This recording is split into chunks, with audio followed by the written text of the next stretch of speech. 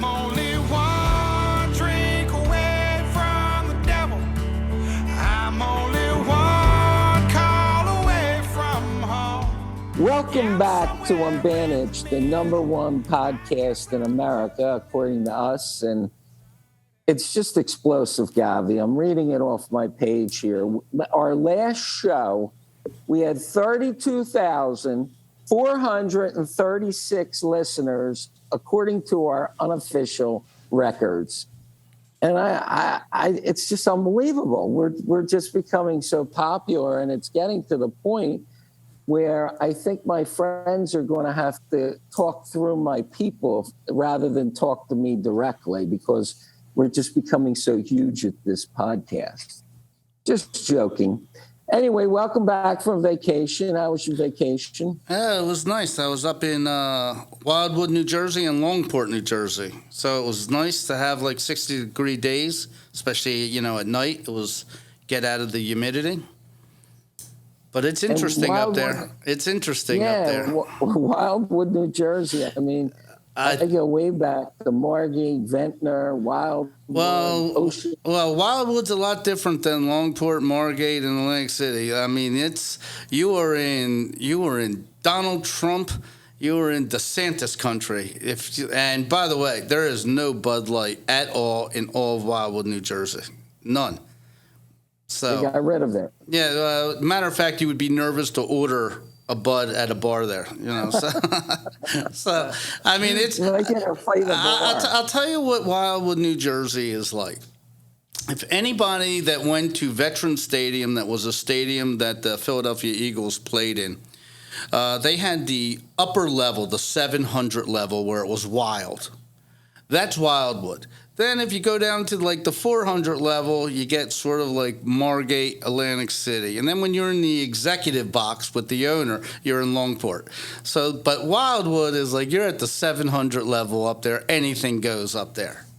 All right, but you had fun. You had a great weekend. Great time. Boardwalk was great. And you were at a concert, Country Music Fest. Country Music Fest. Jordan Mailata, an offensive lineman for the Philadelphia Eagles. He got out there with Darius Rucker. So it was nice. It was a nice experience. So my weekend, I went up to New York. At one point, 3 of my 4 kids lived up there. Now just 2, and my daughter did a documentary with Carlos Santana. So they premiered it at the Beacon Theater, and then Carlos Santana performed, and it was an all-star studded event. Clive Davis, who's a music mogul, was there, and it just was an amazing, amazing time. And the weekend, I've been all over the place this past week, all over this East Coast, West Coast. But what was amazing about it was, although 3 of my 4 kids lived in New York, I haven't been there since the start of COVID because nobody was going out. And you and I, Govy, live down in South Florida, and you read, you can't wear a watch. Everybody's stabbing each other. You can't ride the subway. I have to tell you, I was so impressed with New York City. It was unbelievable. Everywhere you went, all these little cafes were bustling. There were people in the streets sweeping the streets and the sidewalks. So you don't hear about anything because the crime didn't stop because you were there. I mean, we were still reading about it here. That's what's crazy. I don't know. I was all over the place, and I was buying food from food vendors. I didn't get sick. I didn't get stabbed, and everybody was so nice. Now, look, there were a lot of tourists there. Looked like a lot of Asian tourists, and many of the people in New York City are still wearing masks. Unlike down in Florida, nobody wears a mask. How about undocumented migrants? Did you see a lot of them or not really? Interesting question. I saw none. Wow. I didn't ask for any identification, but I didn't see any sanctuary tents. I didn't see actually any homeless people. I was all around Midtown. I was Columbus Circle. Hudson Yards is so cool what's happening down there. Then I was in Soho and Greenwich Village and all over the place. I didn't see So it doesn't look like San Francisco. I haven't been there. I'm dying to go to San Francisco now to see if the press is, drumming this up, because New York was really, really cool. And the Beacon Theater, where the show was, let out at like 11:30 at night. So you're on the street in New York City at 11:30 at night. There's probably 1,000 people out there, and it was calm. It was nice. It was clean, and we just had a great time. So that's my man on the Jesse Waters, man on the street in New York City. Wow, that's unbelievable, because you hear down here, all you hear about is the hotels are filled with the undocumented migrants. There's theft. There's this. It's like they're on the street. It's so. Well, I wasn't so well dressed when I pulled up to my hotel in my car, and maybe the doorman thought I was an undocumented migrant checking in, but they did let me through, and it was a great experience. But I guess the first thing I want to talk about, or we want to talk about, is this time of year, all these colleges are graduating, and we have all the commencement ceremonies and all the people that do the commencement speeches. And I remember back in the day, I don't remember who. I went to University of Miami. My commencement speech, I don't remember too much. I think there was a pre-party, and I partaked in too much of that. But I remember my son, my oldest, his commencement speaker was Michael Eisner, who was chairman of Disney at the time. And it was amazing. That's a good one. Yeah, he was great. And then my daughter had some guy, she graduated Columbia. What was his name? Barack Obama. Yeah, that's another good one. Obama. That's a good one. No, I have to tell you, that guy's a movie star. Yeah. I didn't really love Barack Obama's policies, but man, he was a rock star. Did he go to undergraduate at Columbia? I know he went to Harvard. Did he go there? No, he went to Harvard, and I forget where his undergraduate was, but there was some connection with my daughter graduated with a dancing degree and an English degree, and it was something about something to do with dancing and women, and they were celebrating women, and it was really an incredible experience. Then my third one was the PBS substitute anchor woman, and I'm sitting there, and I just can't believe it. These kids just graduated. But what school? What school? This was what? It was University of Pennsylvania. Wow. The number one business school in America. They had the substitute PBS anchor woman giving a commencement speech, and her entire commencement speech was narcissistic. It was about she grew up in the Middle East and all this other crap. And I'm sitting there and I'm saying to myself, I can't believe it. These kids did 4 years here. They did all-nighters. They studied their ass off. Now they're coming out into the world, and they're getting their first job. You want somebody to give a motivational. Well, indirectly, isn't the president of Penn, when they were there, Amy Gutman, didn't she just make $23 million that they just paid her? The president of University of Pennsylvania? That was an unbelievable story. So what Govy's talking about, that Amy Gutman, who was the president of University of Pennsylvania, who retired, they added up and gave her last year $23 million. Can you imagine how these parents...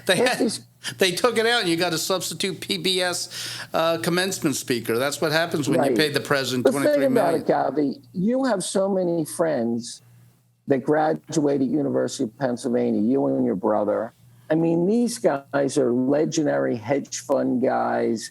One guy owns the Philadelphia 76ers, and they get a substitute PBS anchor woman, to give the commencement speech. Well, you know what? I think Penn State, Temple, University of Pittsburgh, they should have John Fetterman as the commencement speaker. They should have to sit through John Fetterman giving a commencement speech, because that's who they voted for. That is so. For those of you who don't remember last week, John Fetterman, this week had a tough week. He is now a United States Senator, and he couldn't. I-95 in Philadelphia collapsed, and he couldn't even explain it. He couldn't even get the words out of what was going on. It was so crazy.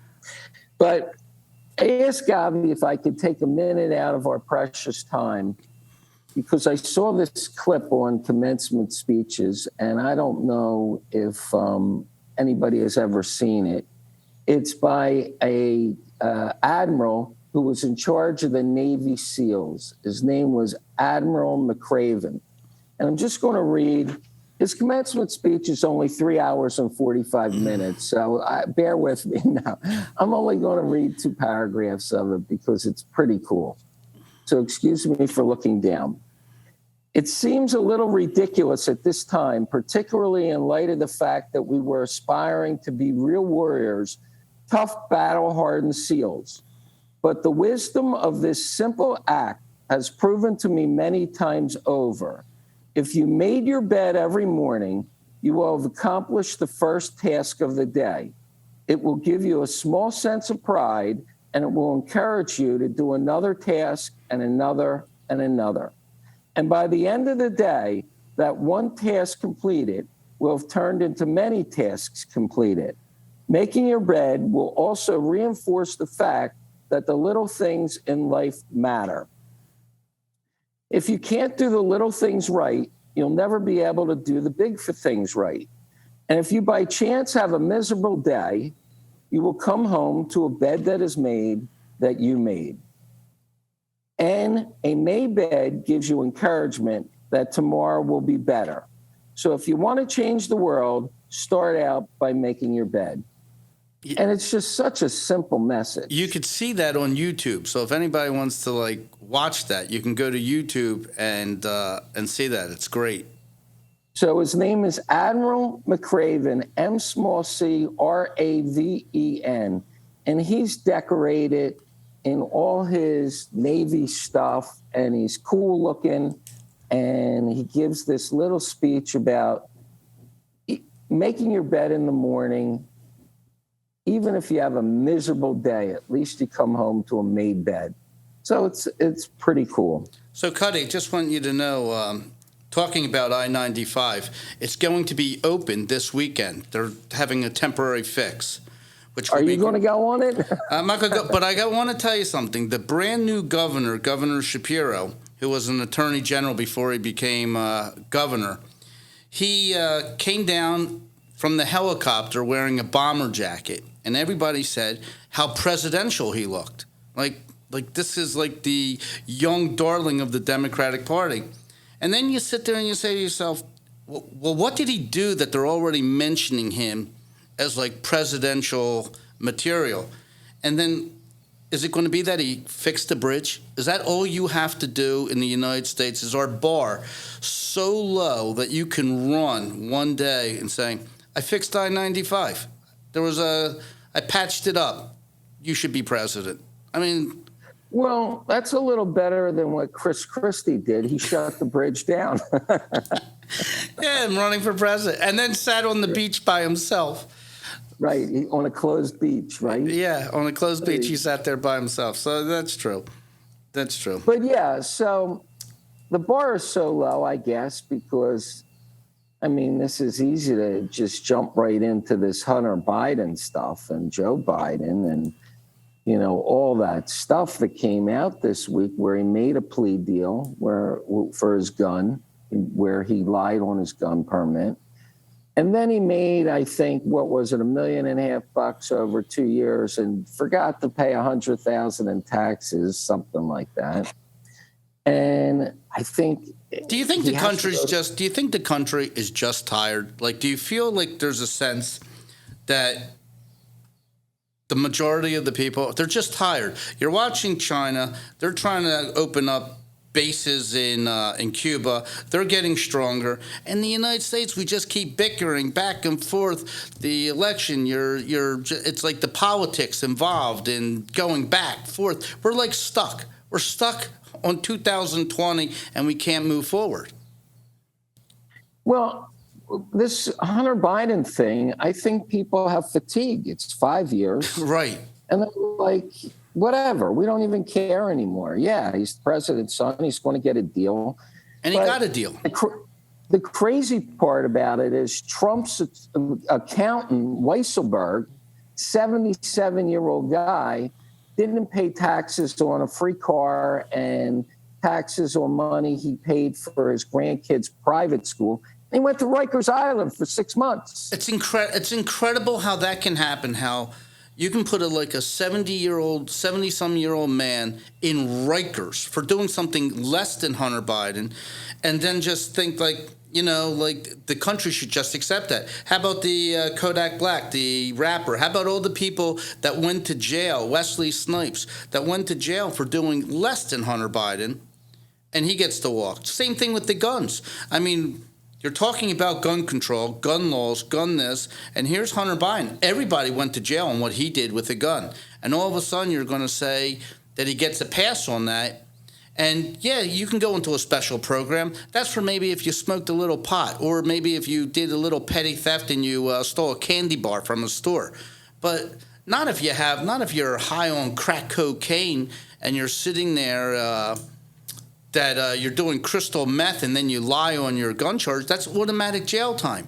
So it's like, if you can't enforce the laws that we have now, how do you expect the rest of the country to sit there and listen to the president say that we got to do this, we have to do that with guns? It's like you just can't take him seriously. And then he says, I'm proud of him. What are you proud of? I mean, really, what are you proud of?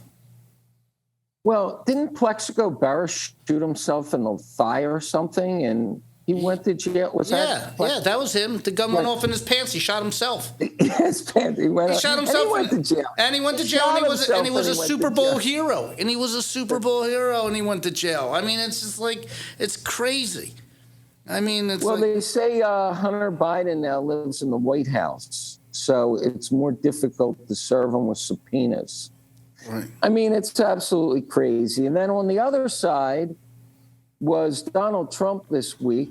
I mean, his lawyers must be having a field day with this. He did a interview with Brett Baer that I just can't believe he said the stuff he said.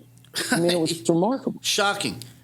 First of all, he didn't look good. He didn't look good for himself. He looks like he's tired and he's beaten up. He just looks like he's tired. Every day is something that he has to defend himself. It's not easy. Well, he doesn't look like us because we're coming off of a week vacation. You know, we're well rested. I mean, but yeah, I mean, here's this guy. Trump, he says, well, you know, I've been busy. I haven't had time to go through the boxes and pull the shirts out and the golf balls that I got and stuff like that. I mean, really? That's what you're telling America? You know, I agree that sounds bad, but like, if he told the truth, it might not sound great either. He could sit there and say to you, well, between 9 and 10, I have my first wave of lawyers that come in and we discuss the Stormy Daniels case. Between 12 and 1, I have another set of lawyers that come in and we have to discuss this rape case at Bergdorf Goodman. Then I take a little McDonald's break, and then between 2 and 3, I have another set of lawyers coming in. We have to discuss Georgia. Then at 4 and 5, we have another case that we have to come up with. I mean, that sounds horrible, too, because you don't want people to know that it's not the same lawyer that he's talking to. I mean, he has teams of lawyers that he has to straighten up. Which indictment am I going for right now? I mean, this guy's beat up every day. Beat up. I don't know how a human being, and he talks like this, everything with his hands. He goes, I'm imitating him. I should do that. Right. Yeah, it's this big, and it was this big, and it's this big. Yeah, everything's with his hands. But I don't know how a human being can take that kind of punishment. I don't even know why he wants to do it. Okay, you become president of the United States, you get a free jet, free helicopter, you get a couple limousines. It's pretty cool, and free food. By the way, he doesn't think he lost the election. He let Brett Baer know 1,000 times, I didn't lose the election. So he can't get past 2020, and that's where you got to get to. He really did. I mean, what he went through was unfair, even his first term. And I understand, like, being like, You just can't get over that someone stole an election. I do think it was kind of stolen, but you got to move on. If you're running now, you got to look ahead. You can't look backwards. And he's still defending 2020, and you got to move on. And I just saw, before I walked into here, I just saw another guy jumped in the Republican race. I never even heard of the guy. But I mean, now there's, I don't know, 15, 16, 18 people. How are they all going to have them on the stage and they're going to ask them a question? How are they going to debate each other when you have 17 people up there? Well, Trump's not going to debate. And I happen to agree with him. Should he have to sit there on the stage with a person that has 0% of people behind him? He's not even polling at. So you have some people there polling at 0. Why should he share a stage with people at 0? I mean, you got to start eliminating these people. I mean, you can't. He shouldn't have to debate a person that's polling at 0. Let him debate DeSantis. Let him debate the guy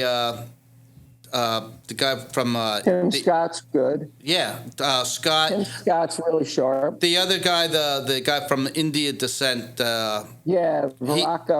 He's great. I happen to like that. I happen to like him a lot. He's great. And, you could throw Nikki Haley in there. Then that's it.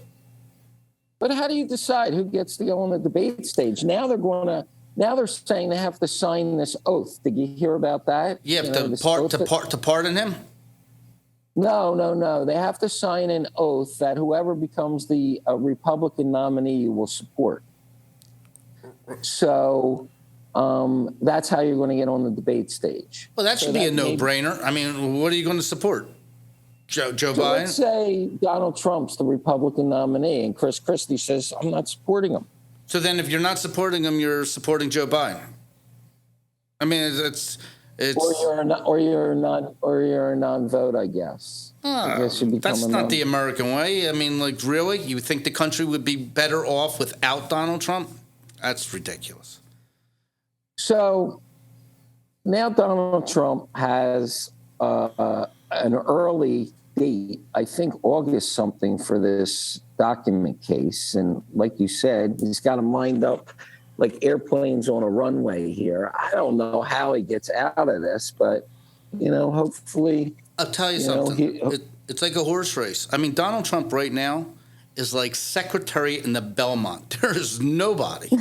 There is nobody in the picture screen but Donald Trump. I mean, he has a 30-point lead. If he doesn't make it, he's going to break down on the track. That's the only way to stop him. He's going to break down. He's not going to come on the show now because he has a 32-point lead. And you just said he has a 30-point lead. Right. So he's offended. But I'm comparing him to Secretariat. I mean, but, and then I mentioned to you, Joe Manchin, he's picking up some steam. I mean, as an independent, you know what? When Joe Manchin, when he tried to help Joe Biden out by being that deciding vote in the Senate for his green climate thing, and then they screwed him, well, you know what? Joe Manchin's coming back, and he can screw them because he's never going to win Senate in West Virginia because the governor there now is going to take a seat. And Joe Manchin's not going to go away quietly. And one thing he can do, he can destroy that Democratic Party because he can run as a third person, and that will be the end of Joe Biden's presidency.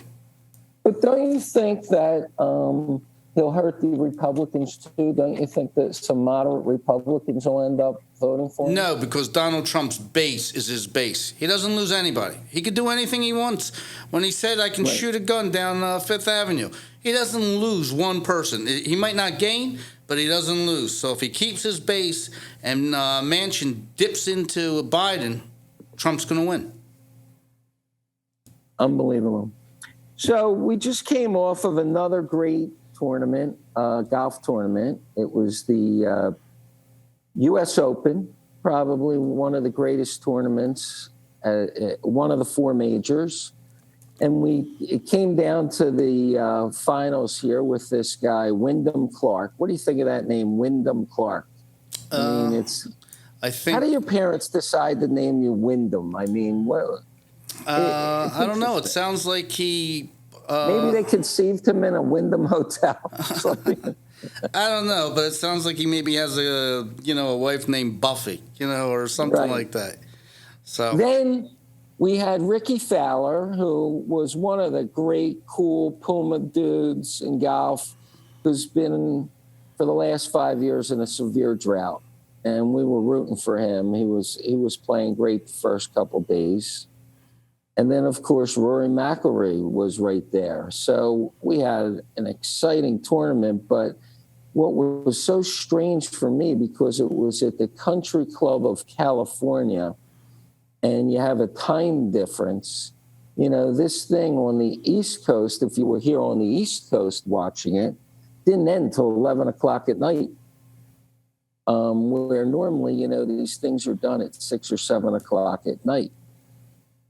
But it was interesting because Tiger Woods, his son, it was all over the New York Post all week. His son was at the U.S. Open in California, and they're like, why is he at the U.S. Open? Why is he a spectator? Did they think Charlie was going to play in it? Kid's 15 years old. He's not allowed to be on the ground. I don't even know if he's 15. I don't even know if he's 15 yet. 14 or 15. Yeah, I don't know either. But, that's a great story. Tiger Woods lived with this girl, Erica Herman, for 5 years. And they broke up, and now she's suing him for $30 million, trying to break the non-disclosure agreement. What do you think of that? Well, first of all, let's say, how did they meet? She was, I think, a bartender at Blue Martini in Orlando, or in a restaurant there. He went up to her and said, how would you like to run my restaurant in Jupiter? And she said, okay. So then she came down to Jupiter, and they started hanging out. And then he said, do you want to go out on a date? And she agreed. And the next thing you know, Jed's a millionaire. And, basically, she moved into the house. And Once upon a time, there was a man named Jed. Right. Poor mountaineer. Yeah. And exactly. And all of a sudden, she's in this house, and she's like claiming that he promised her that she can live in this house for 11 years. Now, you're single and you're dating. I mean, isn't he allowed to go out on a date without signing, making, he has to make a commitment for 11 years? People aren't even married 11 years. I mean, 11 years is a commitment. So you mean if he met someone else and he brings a girl back to his house, he has to say, don't worry about her. She only has 3 years left of this deal. She's on the left wing. I mean, what's he going to do? Store up girls in his house because they have a right to stay there? He gave her money, told her to leave. Here you go. So the circumstances were a little suspicious. He told her that they were going away on a trip, pack a bag, drives her to the airport, and then I guess he locked her out of the house. That's kind of the way it sounds like it. They drove her to an airport. They told her that the jet is fueled. They're ready to go onto their big yacht, and they're going to go to the Bahamas. And then when she got out of the car, they go, not so fast. We have an Uber for you to go somewhere else, and see you later. It was sort of like that. But I mean, how's a guy like Tiger Woods, or in fact, us now that we're podcast superstars, with, wait a second, 32,436 listeners last week. I mean, how does he manage a relationship where it just seems like everybody's after him for something or his money? I mean, so maybe the first time they're in bed together, they're kissing, they get the clothes off, and then right before penetration, does he pull out the non-disclosure agreement? I don't know. I was going to ask you that. When is the appropriate time to whip out the NDA? Like, when is the right time? Is it like before you cut into your steak? I mean, is it the after dinner drink? Is it when you're in the bed? When do you whip out that NDA and say, listen, you got to sign this thing? And not only that, apparently, there's lawyers, you sign it, and there's lawyers circling around the block willing to represent you to fight it. Here this woman signed it. Now she's making a claim that he forced her into all this kinds of kinky sex. Well, I'm quite sure before he moved her into the house, that was on the table. I mean, they were probably doing a bunch of crazy stuff like that. She knew what it was all about. And now she moves into the house. She lives in this $60 or $100 million house for 5 years, probably had fabulous cars, his Black American Express card, flew all over the world on his plane, floated around on his yacht, drank great booze. Met whatever. the President of the United States, met kings and queens of all over, was there with them for the President's Cup, the Ryder Cup. I mean, she met some interesting people. And now he decides, which he's allowed to decide, right, that he doesn't want to marry her or take the relationship to the next level. So he breaks up with her. Now she's mad. She wants $30 million. Now, we're going to be on two sides of this. My side is call Nike up and say, Nike, you got a problem. You got to pay this girl. Or call one of your sponsors and, give her something to satisfy her, because your brand to Nike and your brand to your people that you're endorsing the product is too valuable. He's in a box. He's got to pay. It's just a question of what does he pay? I mean, are you on that side or you're on the other side? You shouldn't have to pay. I could see that side, but I'm also on the side of like how the United States doesn't deal with terrorists. I mean, right. Nike and these other companies have to look at Tiger Woods is single. He's still fairly young. He's not even 50 yet. And they got to sit there and say, I don't want to sit there and start negotiating for every girl that he's with from now until he's 70. So we got to stop it here, and we got to draw a line in the sand and say, listen, Tiger, we're not going to just keep throwing millions. There's going to be another girl. What are you going to say to me now? Pay her, pay her, pay her. This non-disclosure agreement is ironclad. I'm sure that he went to his lawyers and did everything, and then I think you have to make an example out of her.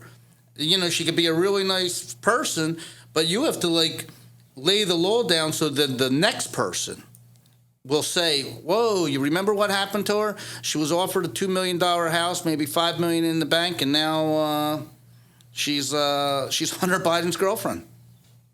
So I tore this out of the New York Post yesterday because I keep seeing it. This is Lauren Sanchez, Jeff Bezos. What's he worth? 300, 100 billion, whatever the number is. You know what? I'm a little tired of seeing this woman in a bikini. Okay, I mean, but what's this guy going to do? I mean, what? Now he's engaged to her. And what's he have to sign? I mean, what kind of document do you have to sign here? I'd like to see, I don't have to see her in a bikini anymore. I mean, okay, but really, it's a lot better looking girls. I mean, why is she in a bikini every day I open the New York Post? I think Bezos is paying for that. I think he wants to see. I mean, he likes to have her. Didn't he just build a ship that she's on the bow of the ship? Right. Okay, so maybe he wants to see her face every single day in every publication in the country. He can do that. What's he do? Just buy newspapers and then Doesn't he own the Washington Post? He does own the Washington Post, but I mean, and she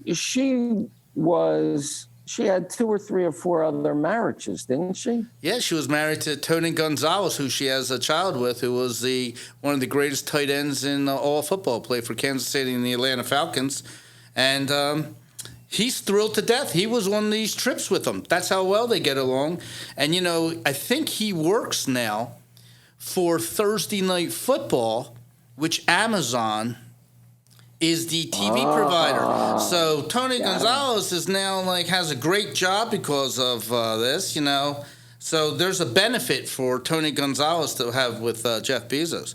But, Bezos can, he could take every Amazon truck, and that picture that you just saw in the New York Post, he could put that on every Amazon truck going around the country. I mean, you really can. You could see her everywhere.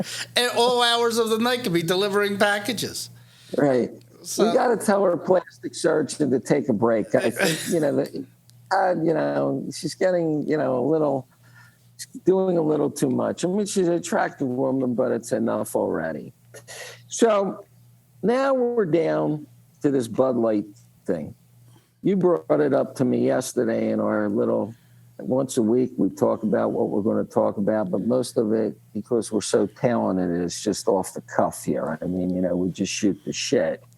But this Bud Light now, they're down 20. How much time do we left? We have a couple minutes, but I got to see you looking at the clock. I'm getting nervous. I don't have a clock. We're close. We're close, and I do want to mention the Bud Light. It's a discussion to have where this has never really happened before, and I think Bud Light has a decision to make. So time out for a second. Okay. For our audience that is not familiar, give them a little foundation. What's going on with Bud Light? Who Bud Light is? Bud Light was the number one beer in the United States, selling beer in the United States. They basically decided that they wanted to do away with their existing audience, which was just regular guys that went to a bar, hung out, watched football, NASCAR, country, just guys just watching a ball game, and they decided that they wanted to bring transgender into it and had that McCraven or whatever his name is, and they put her face on the beer can, and then you had people like rebel against it, and their stock is they lost $25 billion in market cap in that neighborhood. It's no longer the number one beer. Modelo is that's in this country. It's Constellation Brands. Constellation Brands is doing great. Should have bought that stock, And what happens with Bud Light right now, if you're at a bar and you order a Bud Light, everybody at the bar turns around. It now represents that. Are you for the LGBTQ community? Or are you like sticking up? So it's like it became political. So if you order it, most bars don't even want to carry it anymore. So they have a decision to make. Do they retire this brand and have a funeral? Like do a whole ad campaign and say, we're having a funeral for Bud Light.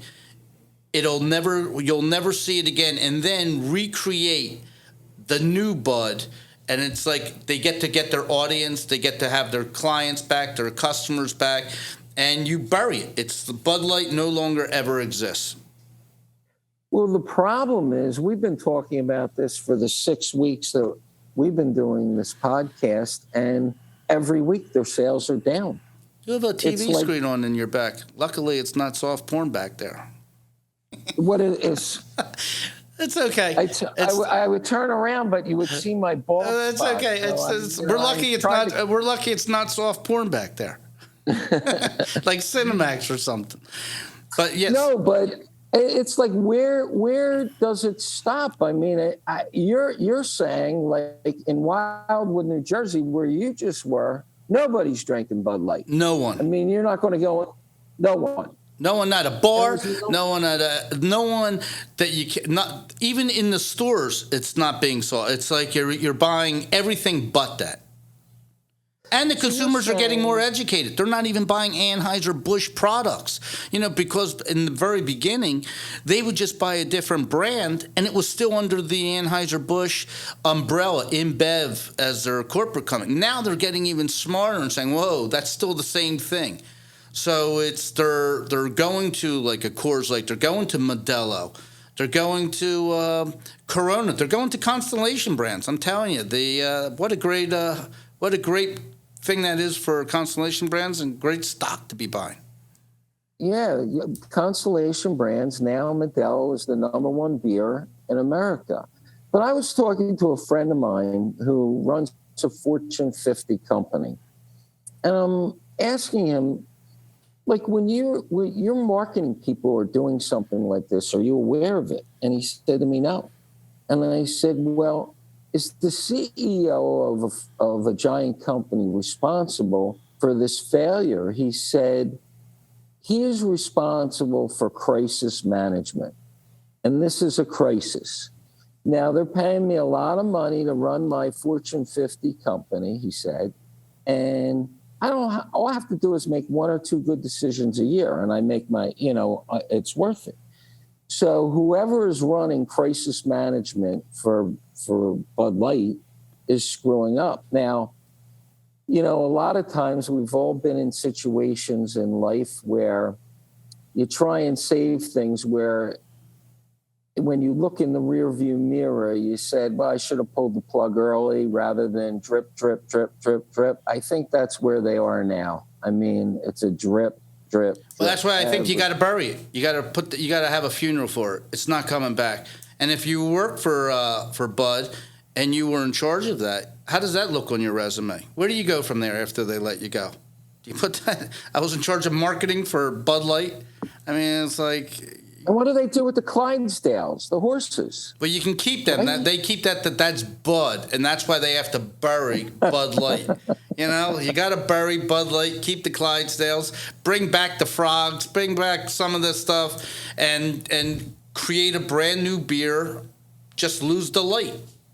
Light didn't make it. Or how about a new marketing campaign like the Aflac Duck? Make fun of it. Do something that would be creative about it. Boy, we screwed up. We shouldn't have done this. I mean, you look at some of these companies. Look at the insurance company Progressive. You have Flo. Everybody knows who Flo is. Is that a great job, by the way? I mean, someone said to her, You're going to do an ad, and we're going to give you an ad for 30 years. You're going to be Flo from Progressive.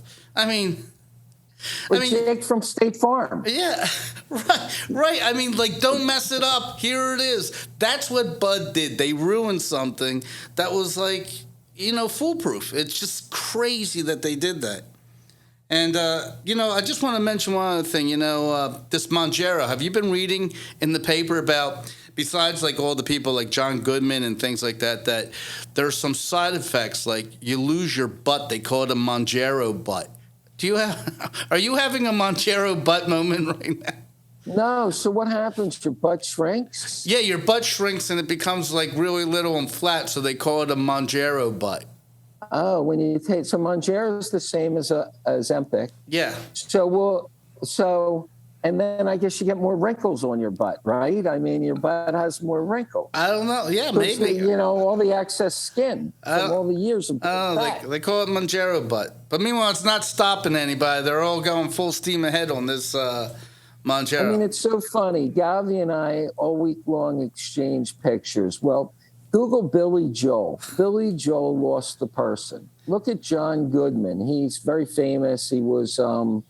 I guess he was with Roseanne Barr. Was he the guy with Roseanne Barr? Yeah, and he was also, who was the guy? Kevin James or from Kings of Kevin Queens? Kevin James. He lost two people. I mean, that guy lost 150 pounds. Yeah. I mean, it's unbelievable.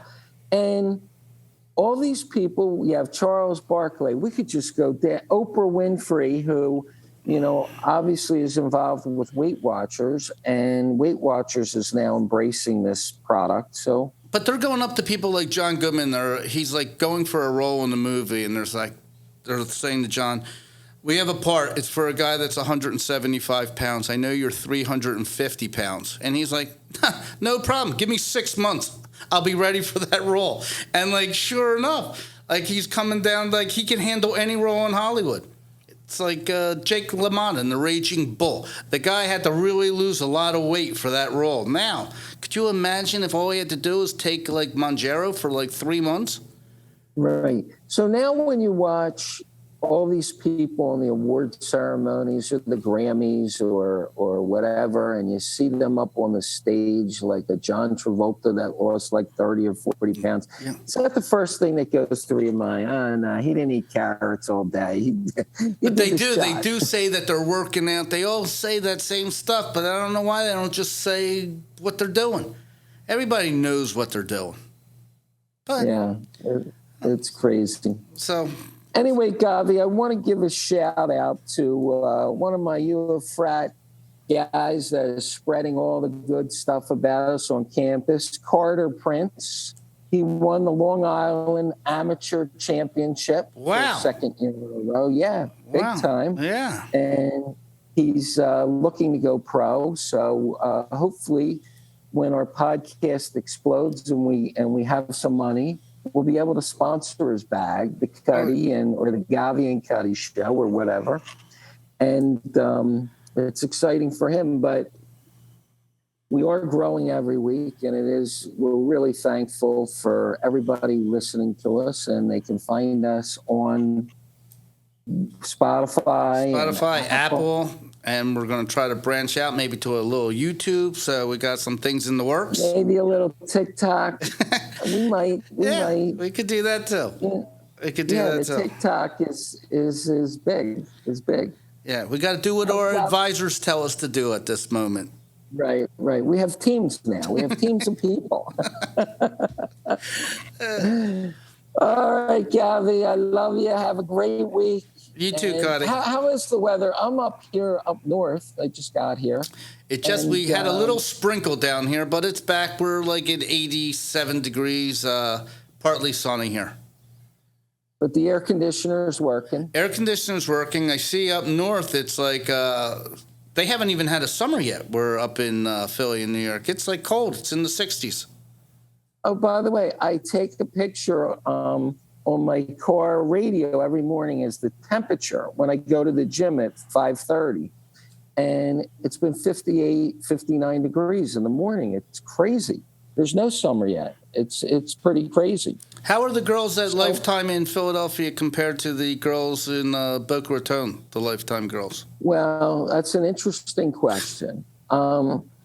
The gals down at Lifetime in Boca are, stone cold 10s. I mean, absolutely gorgeous. The gals up here at Lifetime Fitness are very, very nice people. Very nice. But we're having, it's a different experience, certainly. And they're, it's a newer gym. The equipment's a little newer. And, but I'm not going to be up here too much longer. I'm coming back home. I miss you guys too much down there. All right. Sounds good. All right, Govy, have a great week. All our listeners have a great week. Next week when we start the show, I'm sure we're going to be high 30s, maybe 40,000 listeners. And we're bringing on lovely Ventura, another one of our new team members, and she's going to help us with our Instagram, YouTube, maybe TikTok, we're not sure, and try and promote a little further. And once I get back home, we're going to start having some superstar guests. That sounds great. We have some good ones lined up, so we're looking forward to that. Yeah, that'll be so much fun because you and I will get to double team people and really beat them up hard, and we'll have fun doing it. Sounds good. And then I'll take care, Cutty. I'll talk to you. I'll see you next week. All right. Take care, Govy. See ya. Bye. Bye-bye. I'm only one call away from home. Yeah, I'm so